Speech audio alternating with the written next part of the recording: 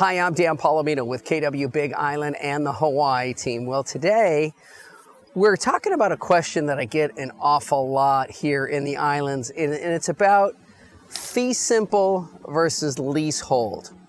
You see, people don't know the difference when a property is being sold. And this is how the conversation usually goes. It goes something like this. Hey Dan, I saw these apartments for sale online and they just seem too good to be true. They seem too cheap for fill in the blank, for Maui, for the Big Island, for Kauai. They just seem too inexpensive. There's got to be a catch here. And when I get that question, I usually say, take a really good close look at the listing. And inside the listing, is there any thing that talks about a leasehold? And they go, oh yeah, there is something in here about a leasehold. What is a leasehold? So it's essentially this. There could be an apartment building on a piece of ground here in the Hawaiian Islands, and the people own their individual condo units in the building. They paid for them. They got a deed for that. However, they don't own the land underneath the condo building. They don't own the dirt. You see, that dirt is actually owned by a family, a Hawaiian family, individuals, corporations, things of that nature. You see, you don't see this very often across the United States. There's only a few places around the US that have leaseholds. It's not very common. For most people, like where I come from, back in New York or Denver, where I lived for a period of time, when you buy a house, you buy the house or the apartment and you buy the land underneath it. You own the dirt and the house, but that's not the way it goes here in the Hawaiian Islands. In fact, a lot of native Hawaiians, Bishop Estates, King Kamehameha schools, corporations, they own the dirt underneath, and then they lease that back to the owners of that big condominium building.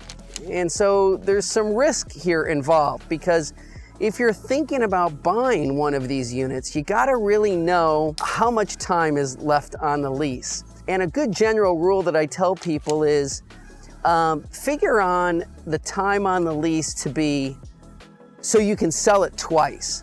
In other words, there should be enough time where you're gonna buy it and say you think you're gonna hold it for 5 to 8 years. And then when you go to sell it, that person buying it from you, there's gotta be enough time on it for them too. And so there's probably gotta be like another 5 to 8 years left. So as a rule, I wouldn't even think about buying a leasehold without at least 15 years left on the lease. Because you gotta, like I said, you gotta be able to sell it twice, right?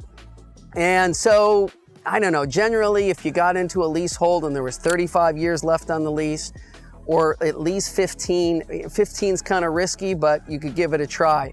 You say, well, what happens at the end of the 15? Well, there's been scenarios where whole condo buildings have been sitting on land that was leasehold, and the lease came up and the family decided not to renew the lease. In which case, the family can then go in and evict every one of those people out of those condos. Even though you paid for it, even though you got a deed for it, they can kick you out and do whatever they want with that property. They can demolish the building. They could go in and renovate them all and resell them. They can do whatever they want. So it's a highly risky situation. I try to tell people to avoid leasehold at all costs if you can.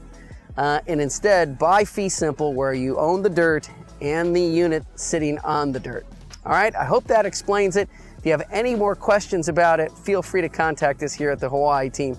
808-913-0899, 808-913-0899, or thehawaiiteam.com. Aloha.